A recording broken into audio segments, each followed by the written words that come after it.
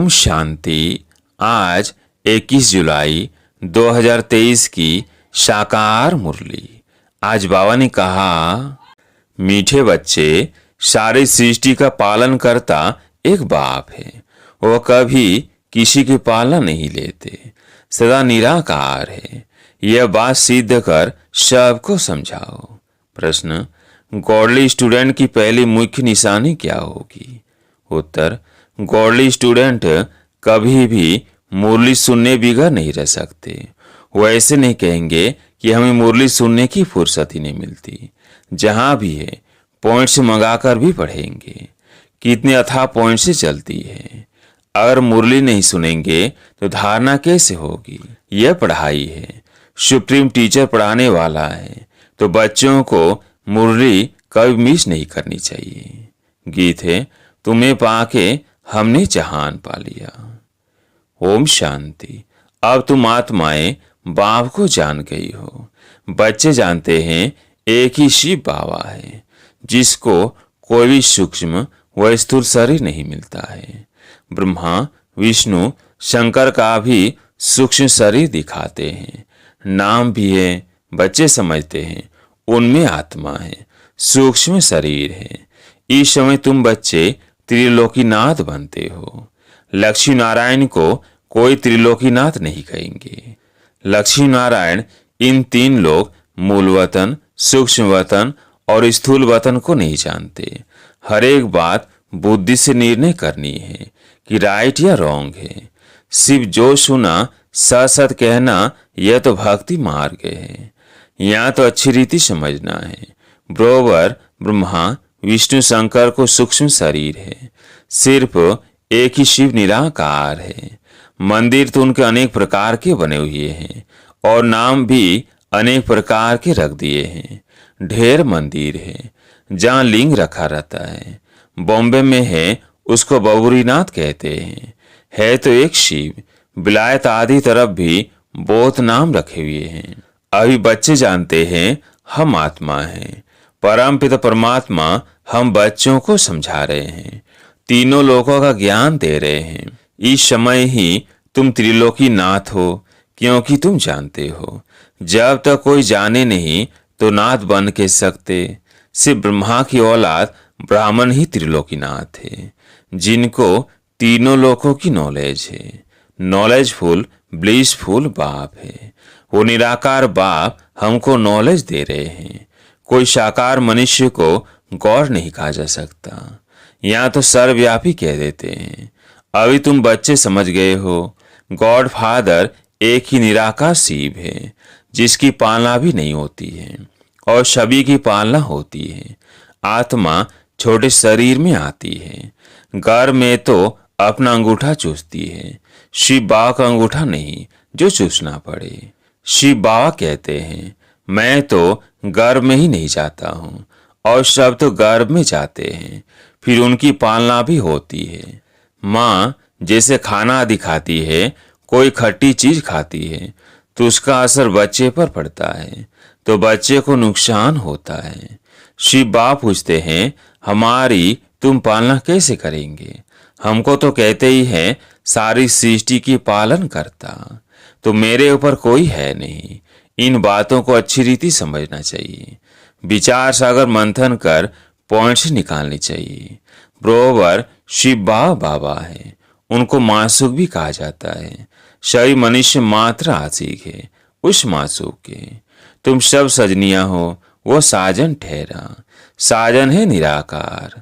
कोई साकार वो आकार को साजन नहीं कहा जा सकता। सभी का मासूक एक ही निराकार बाबा है। निराकार आत्माएं अपने मासूक को याद करती है। याद क्यों करती है? जरूर कुछ न कुछ तकलीफ है।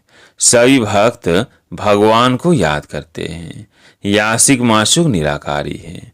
वो जो साकारी आसुक मासूक होते हैं, उन्हों की भी महिमा है और वो बहुत थोड़े होते हैं।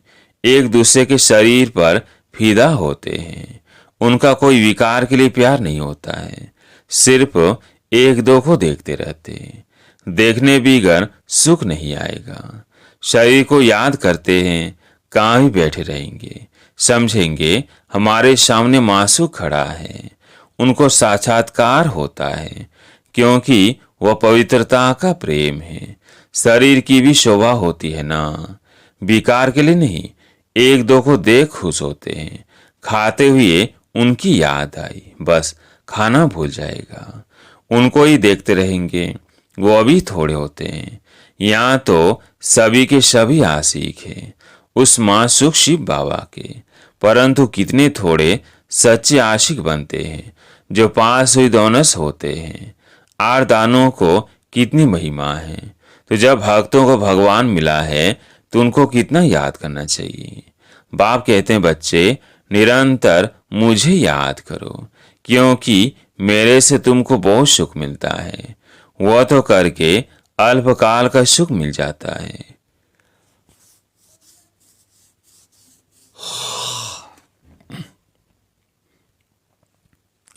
आपस में बहुत लव रहता है, या फिर है बेहद के बाप से बेहद का लव, बेहद का प्यार एक में रहता है।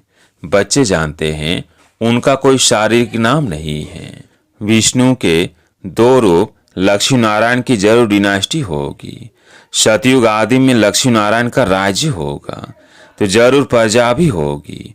बुद्धि भी कहती है सतयुग आदि में इतने होंगे, फिर वृद्धि होती जाएगी। सतयुग आदि में लक्ष्मी नारायण का राज्य था। बरोबर जमुना के कंठे पर राधे कृष्ण की राजधानी थी। गंगा जमुना आदि वह तो बहुत नदियां हैं, नदी किनारे रहते थे। यह जो दिखाते हैं सागर में द्वारिका डूबी आदि, ऐसी कोई बात नहीं। न कोई सागर के किनारे देवताओं के गांव होते हैं। ये बम्बई थोड़ी होगी। अब यह तुम्हारी बुद्धि में है। मोस्ट विलवेड गॉड फादर, क्राइस्ट को गॉड फादर नहीं कहेंगे। जानते हैं क्राइस्ट मैसेंजर है, परम पिता परमात्मा ने उनको भेजा है। आते हैं निराकारी दुनिया से, उनको गॉड फादर नहीं समझते, प्रिसेप्टर समझते हैं। हिंदुओं को पता नहीं है हिंदू धर्म कब और किसने स्थापन किया। हिंदू धर्म तो है नहीं, आदि सनातन देवी देवता धर्म है। आदमशुमारी जनगणना में अगर हमसे पूछते हैं तो हम कहेंगे हम तो ब्राह्मण हैं। इस समय हम कोई हिंदू थोड़ी है, इस समय हम है ही ब्रह्मा मुख वंशावली ब्राह्मण। परंतु तुम भल ब्राह्मण धर्म बताएंगे, वो फिर भी हिंदू में डाल देंगे। वह स्वर्ग में तो आदमशुमारी होती ही नहीं, क्योंकि है ही एक देवी देवता धर्म। तो पूछने की दरकार ही नहीं, या बहुत धर्म है इसलिए पूछते हैं। ये सब बातें बाप बेट समझाते हैं। तो बुद्धि से बाप को याद करना है। वह है ही निराकार और उनका एक ही नाम है। ब्रह्मा विष्णु शंकर के भी आकारी चित्र देखने में आते हैं। शिव का कहाँ है? समझते भी है कि यह भगवान है। हम अपने को भगवान कहला नहीं सकते। आत्माएं तो पुनर्जन्म लेती हैं, ऐसे नहीं बाप भी पुनर्जन्म लेते हैं। अभी तुम तीनों लोगों को जानते हो, इसलिए तुम्हारा त्रिलोकीनाथ नाम है। जानने वाले ही नाथ हुए। तुमको अब त्रिलोकी का ज्ञान है। तुम ब्राह्मण ही जानते हो और कोई भी जान न सके। सतयुग में यह ज्ञान ही नहीं रहता, यह सिर्फ तुमको मिलता है, इसलिए तुम्हारा नाम वाला है। देलवाड़ा मंदिर में शिव आदि देव आदि देवी और तुम बच्चे हो, क्योंकि तुम अभी सर्विस करते हो। बाप आते हैं पतितों को पावन बनाने, तो तुम बच्चों की मदद लेते हैं। बाप कहते हैं जो जो मेरे मददगार बनते हैं उन्हों को मैं जानता हूँ। यह तो कोई भी समझ सकते हैं, जिनकी एवज फिर तुमको स्वर्ग का मालिक बनाते हैं। स्टूडेंट सब एक जैसे तो नहीं होंगे। शिव बाबा की दुकान है मनुष्य को देवता बनाने की, फिर उनमें नंबर वार है। महारथियों का सेंटर जरूर अच्छा चलता होगा, समझेंगे अच्छे सेल्समैन हैं। शिव बाबा के सब दुकान हैं। तुम अविनाशी ज्ञान रत्नों का व्यापार करते हो। यह बाप कितना साधारण है, कितना फर्क है सच और झूठ का। सच बताने वाला तो एक ही बाप है। बाकी सब झूठ ही झूठ है। बड़े थे बड़ी झूठ जो सीमत देने वाले परमपिता परमात्मा को सर्वव्यापी कह देते हैं। आगे तो बेअंत कह देते थे। रावण कौन है, कब से आए हैं, यह भी कोई नहीं जानते। रावण को वो लोग त्रेता में ले गए हैं, श्री कृष्ण को द्वापर में ले जाते हैं। सतियों को जानते ही नहीं। राम सीता थे त्रेता में, वहां रावण की तो बात ही नहीं उठ सकती है। सब यहाँ की बातें हैं। यह तो एक गपोड़ा लगा दिया है। कोई को समझाओ तो फिर कह देते यह इन बीके की कल्पना है। अब बच्चों को समझाया गया है, पॉइंट से निकलती है, उदाहरण करनी है। जहां भी हो पॉइंट से मंगाकर पढ़ना चाहिए। ऐसे नहीं कि फुर्सत नहीं है। अरे गॉडली स्टूडेंट कहे हमको फुर्सत नहीं तो उनको क्या कहेंगे? कोई को धारण कैसे करा सकेंगे? इतनी अथाह पॉइंट से चलती है। वो अगर मुरली नहीं सुनेंगे अथवा नहीं पढ़ेंगे तो धारणा कैसे होगी? यह तो एजुकेशन है। सुप्रीम टीचर पढ़ाने वाला एक ही है। अगर मुरली नहीं सुनेंगे तो पॉइंट से सुना कैसे सकेंगे? यह तो बच्चे समझते हैं बाप जन्म मरण रहित थे, वो पुनर्जन्म नहीं लेते, परंतु उनकी जयंती मनाते हैं। यह तो शिव जयंती को भी खत्म करते जाते हैं। अब कौन बताए शिव का जन्म कैसे हुआ, क्या किया होगा? गीता में श्री कृष्ण का नाम डाला है, परंतु उसी रूप से तो आ न सके। श्री कृष्ण को वैकुंठनाथ कहेंगे, त्रिलोकीनाथ नहीं। तो वैकुंठ अथवा स्वर्ग ही यहीं था। श्री कृष्ण भी यहाँ था। राधे कृष्ण कोई भाई बहन नहीं थे। दोनों अलग अलग अपनी अपनी राजधानी में थे।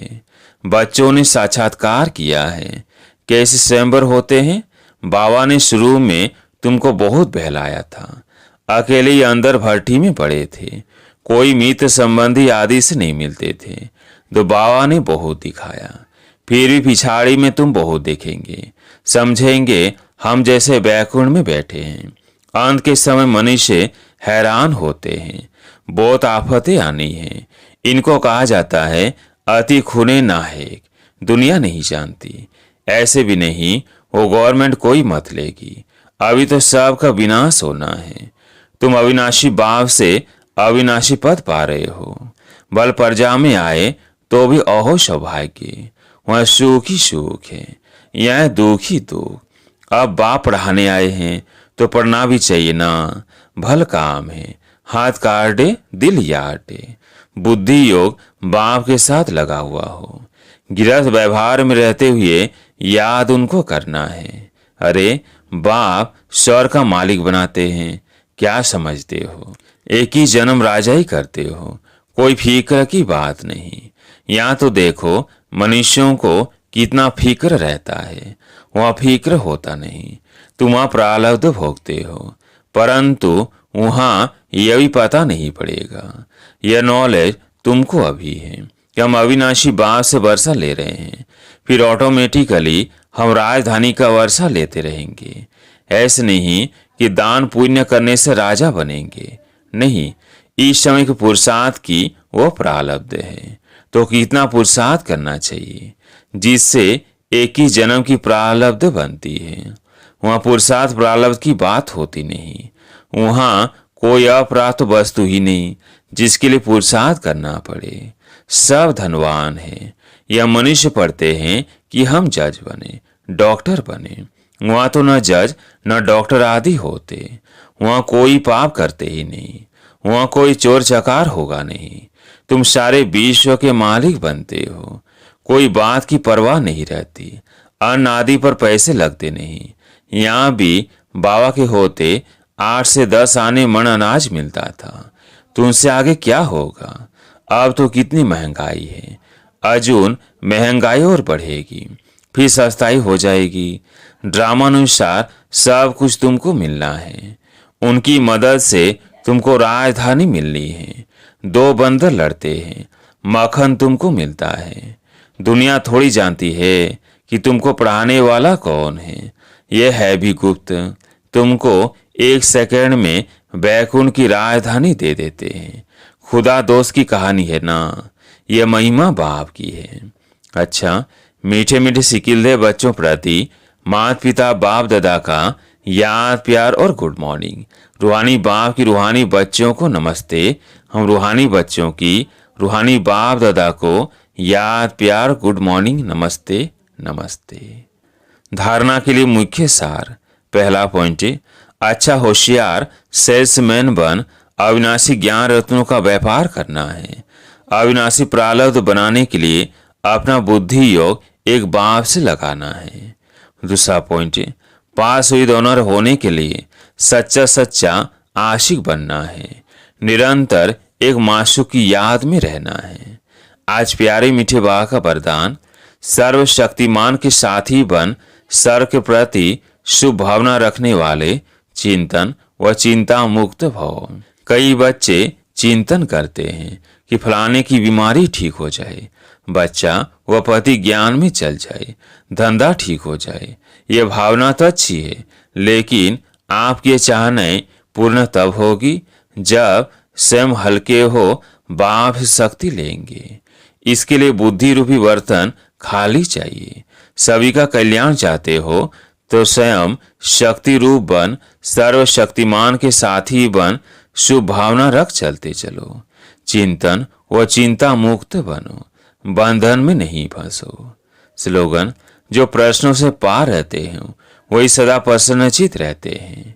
जो प्रश्नों से पार रहते हैं वही सदा प्रसन्नचित रहते हैं। अच्छा, ओम शांति।